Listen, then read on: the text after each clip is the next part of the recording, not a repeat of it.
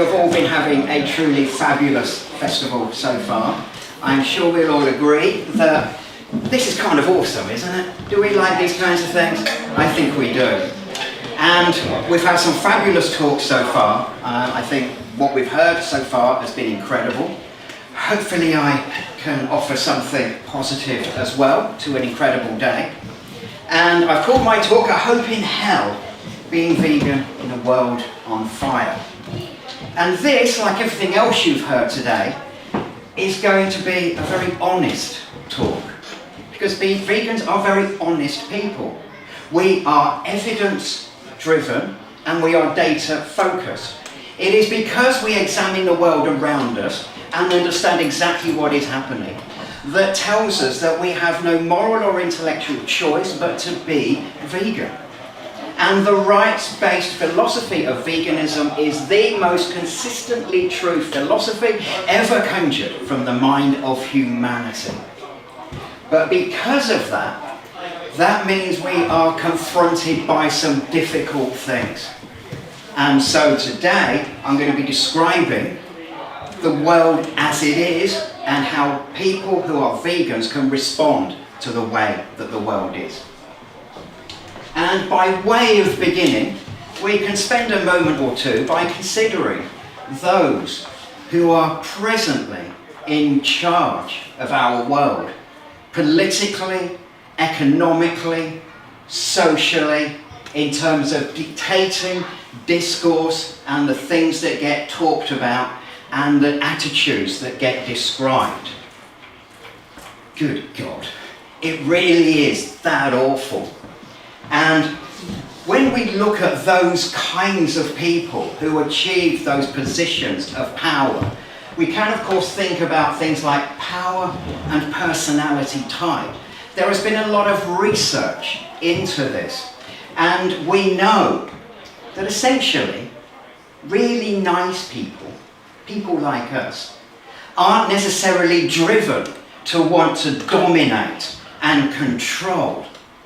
And from my extensive and forensic examination of the professional literature, what is clear is that those who are currently in charge can be described by the technical term. Other synonyms are available if you want to think about what they might be. But there's a real challenge with that. There are consequences about the kinds of people who are presently dominating our society. And the evidence is everywhere around us. But are we really paying attention when Antonio Guterres, the Secretary General of the United Nations, indicated entirely correctly in his New Year's Day address at the beginning of this year that the top 10 hottest years had happened in the last 10 years? Was anybody really listening? Did that really make the news? It's the UN Secretary General saying this stuff, and it kind of just goes without anybody really noticing it. But we do see the evidence of what is happening around us in the world with the devastation that we see. Even as we speak and sit here today, a lot of Europe is burning. It is genuinely on fire. And we've got quite a nice warm day here today. It's very pleasant for us. But up in the Arctic Circle, they have had temperatures in recent weeks hotter than we have experienced at all in this island, all these degrees further south. The whole world is burning up. And because there are that heat, that means there are now fewer cold places. But we need those cold places, as we know, to regulate and balance the overall biosphere, to make it safe for life on Earth. And it's not just the big people, it's not just you and I, it's not just polar bears walking on ever thinner ice. It's the little people as well, the bugs in our world, upon whom we absolutely rely for our own survival. And yet within a single human lifetime, their numbers have plummeted dramatically. They are disappearing. Half of the tree of life is vanishing in our lifetime. And we know why all of that is happening. It is because the attitude that our species has towards all of those other species who share this world with us is one of domination and control.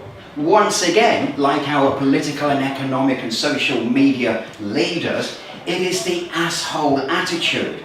The idea that I can do whatever I want, and to hell with anybody else, and to hell with the consequences. But those consequences are so severe. And we have somehow to try and find a way to respond to that. And this is kind of analogous to that vegan understanding of life on Earth. This is the Egyptian-Canadian author Omar El-Had, and he wrote a book recently, I strongly recommend it, called One Day Everyone Will Have Been Against This. It is his description of what has been and continues to happen in Gaza. And he looked at that, and he saw the horrors that were taking place, and he was dumbfounded. He was staggered. Why doesn't the world want to stop these things? Why is this being allowed to continue? Well, Omar, welcome to our world as vegans. And all of the horrors, all of the nightmares with which we are confronted daily. And we look at that and we think, why doesn't the world want to stop these things? Why are these things being allowed to continue to happen? So we have to find a mechanism to resist and respond to the challenge of all of those bad things happening, to try and still, despite the difficulty, make the good things happen. And we do it through hope. And I use that word quite deliberately because that is our only defense against lies, against injustice, and against hate. All of the things that presently are causing those horrors to occur to all of those other species on this planet happen because of the lies that are told, the injustice that is done to them, and because, let's be honest, the sheer hatred that too many people have towards those who are completely at their mercy and are shown no mercy whatsoever. And I'll look at those three components of hope in turn, and hope and how that leads us towards truth. There is this statement, which you type into Google or your favourite search engine will come up, and it's about trying to tell the truth and what it can feel like when everybody is against you. It is always referred to as coming from the author C.S. Lewis, even though there is no evidence whatsoever that he ever said these words. So it's kind of weird, really, that a statement about truth is itself based upon an untruth. I don't know who said it, but he certainly didn't say it. But it's that kind of feeling that those of us who are vegans are going to recognise. Everybody is rushing headlong towards us into the age of extinction. And we're pointing that way, towards everything being better, kinder, more compassionate, a world that can sustain all lives. Now, he may not have said that, but George Orwell definitely did say this in 1984. And again, we in the vegan community will recognise what it feels like, for example, to be the only vegan in the village. It can be a bit of a challenge at times. You sit there at the table and you're talking about, more often what happens is people challenge you about, well, why are you vegan then? So then you answer the question honestly and reasonably, and then everybody gets in a really bad mood with you for being honest and reasonable about why you are vegan. But the important thing is to cling to that truth. Because telling the truth is all about telling stories, and stories matter. It is how we as a species understand the world around us and how we allow other people to understand what's going on in the world around us.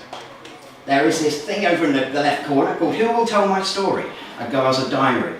It was written by an anonymous journalist, and the reports originally appeared in the UK's Guardian newspaper throughout 2024.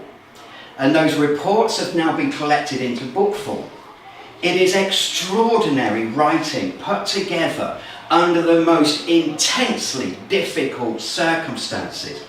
but he knew how vital it was to tell the story of the genocide that was happening in his community. And it is that same drive for the truth that convinced the members of the Sonderkommando. This is difficult to see, but it's some manuscripts found in some iron containers that were buried under the ground in Auschwitz-Birkenau. The Sonderkommando were men, prisoners, who were confined in the murder chambers, and they were there to assist the Nazis in drawing the victims into the gas chambers and then disposing of the bodies afterwards. It was important to those people, under the most incredibly difficult circumstances, to tell the story of the genocide that happened in their community. And that truth matters. Stories matter. And that is why we in the vegan community also are determined to tell the story of those whose voices are denied. We will bear witness. Now it hurts.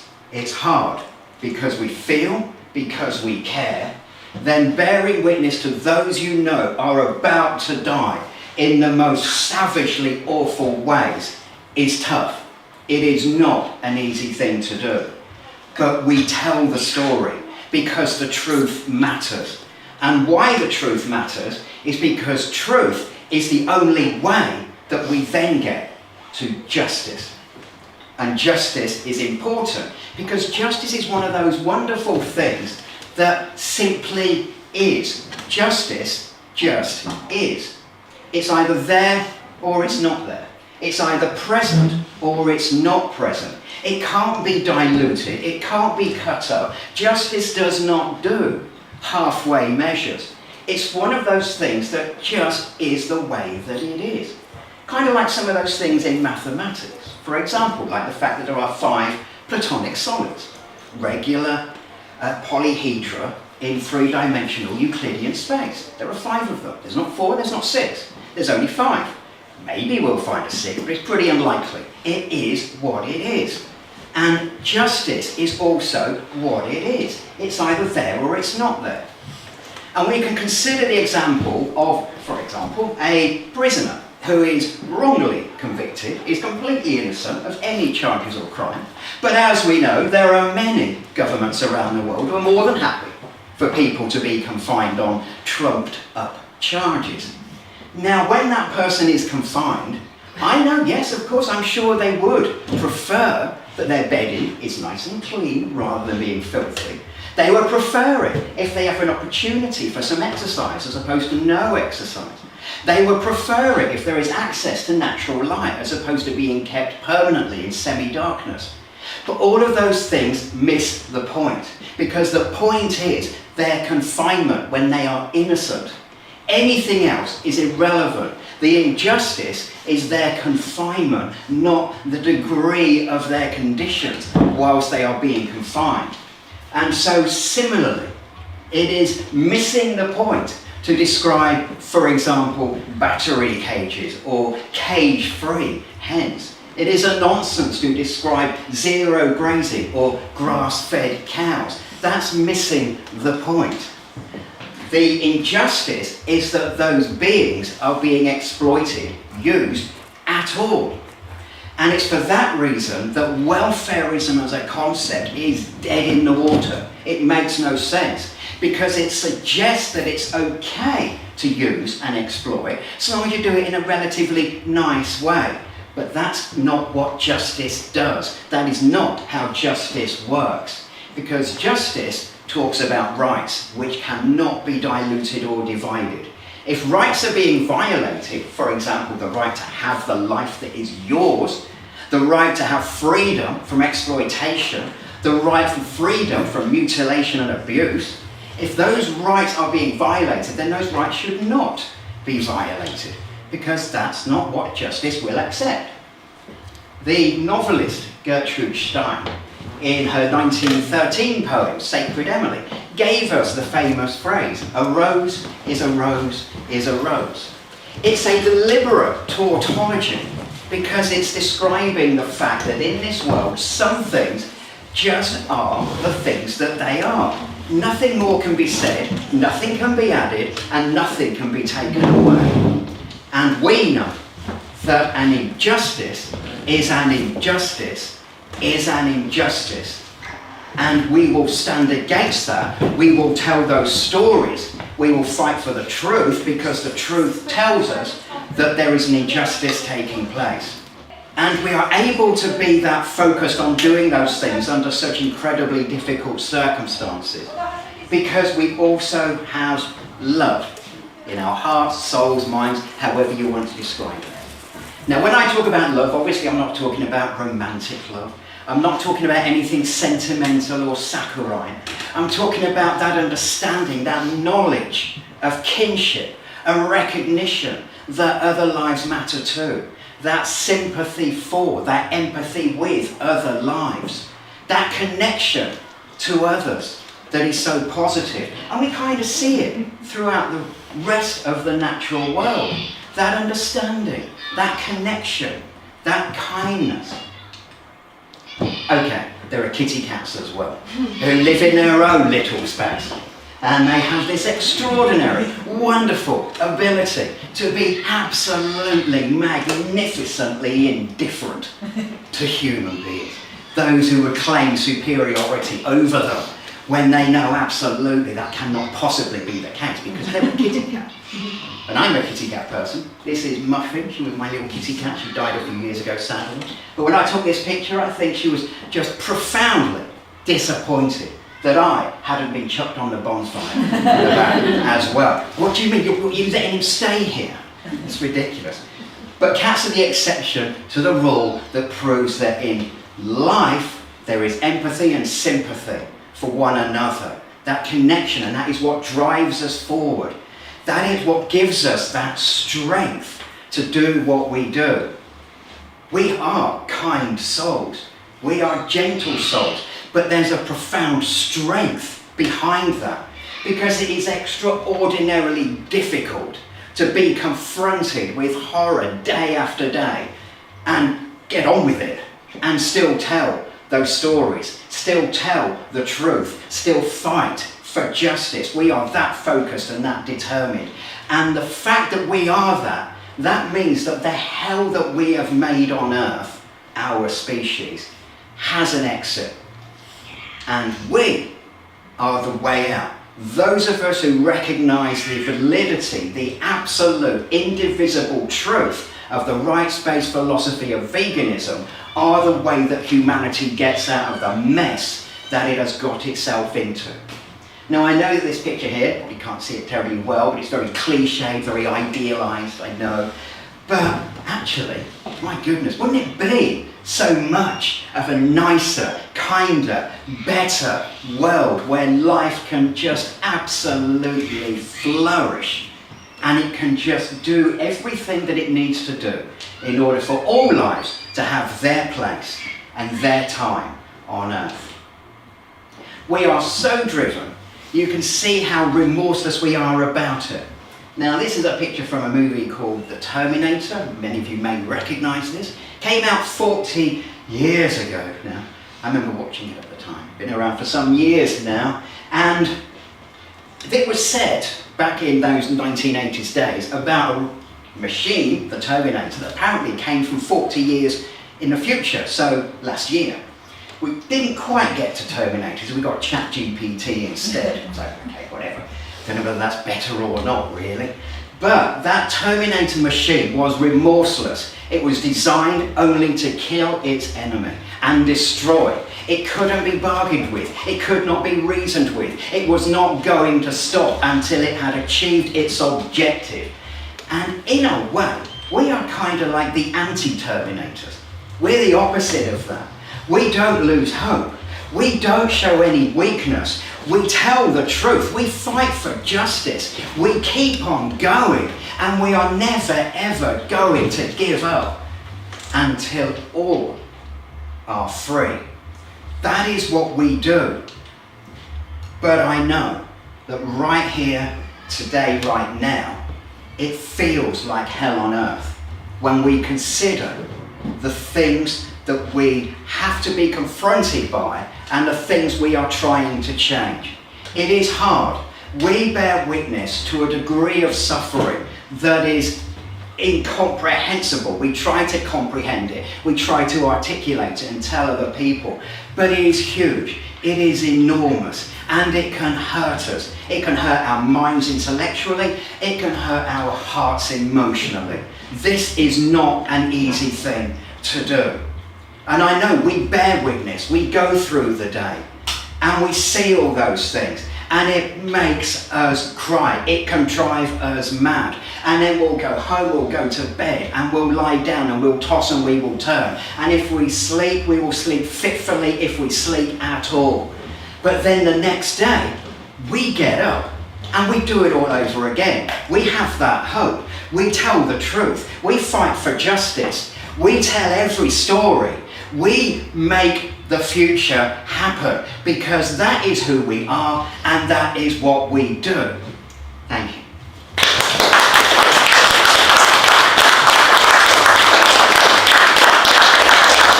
You are very kind. Thank you so much. And by way of concluding my little thing today, I'll drag this out now. Kept this here for later.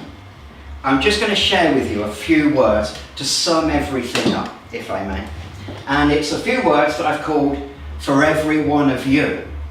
And when I say you, I don't mean any of you. I mean every one of you. These words are written for and to all of our non-human animal friends. I will sing to the moon with you, turn my face to the sun with you, stand out in the rain for you, and in the wind call out to you, every one of you. I'll tell the truth on behalf of you and deny the lies they tell about you. I'll always, always speak up for you. Use my voice so all will hear you, every one of you.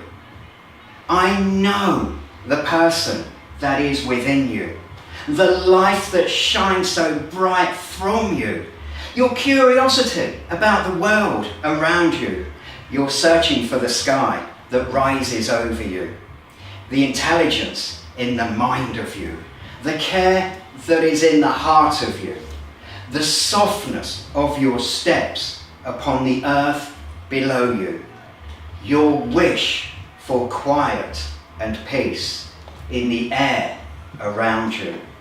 All the things I know about you tell me the truth of the beauty of you. I want to tell everyone about you. Look, right here before you is a wondrous soul who means no harm to you. So what will you do when I tell you that they mean no harm to you? I'll say all these things and more for you, you and every one of you. I'll never stop talking about you and believing in you and fighting for you and wanting you and every one of you to live the life in full that absolutely belongs to you and only you, every one of you. I feel the joy that you give to me. I see you. Nothing could ever undo my amazement at the miracle of you, every one of you. So, when the world breaks you, hurts you, causes you to cry, violates and desecrates, makes you die, I will scream my defiance at those that do that to you, and I will force upon them the crime of their violence against you, and I will damn them, damn them, damn them for their wickedness against you, all that they do, that they choose to do against you, against every one of you. I have sat alone and cried for you, closed my eyes and wept inside for you. I've raised my voice, my soul for you, said my piece in this time of war against you, this merciless war against you. All of you, and every one of you. I've been driven mad by what they do to you. My body shaken by the blows they throw upon you. My heart exploded at the horror done to you. My tears imploded at the bolt aimed at you. The killing of you, this murder of you, every one of you. I will bear witness to what they do to you, and I will show so that all will know what they pay to be done to you, to every one of you. All the punches that crash down upon you, all the tears that fall from you, the kicks and screams that smother you, the fear that overwhelms you, the trembling that I see in you at the kill floor they drag you to, the life they take away from you, all gone from you, from every one of you. And even as hell burns around you, the heat of death that consumes you, the last close of the eyes of you, the final breath that comes from you, I will love you and bow my soul in sorrow for you, and give every hour in my power that no other like you goes through what was done to you, to every one of you. And so for you, I'll make the whole world notice you and really truly see you, understand you, recognize you, care for you, and let you keep every right that belongs to you, to every one of you. When I see you, I know it's hell for you. And I know for you, I must walk those flames where you are burnt by the hate they fire into you. And so for you, I will never turn from you, nor forget you. I'll invite those flames away from you and onto me, for justice must be done for every one of you. And you, every one of you, must be free. Finally, finally, finally free.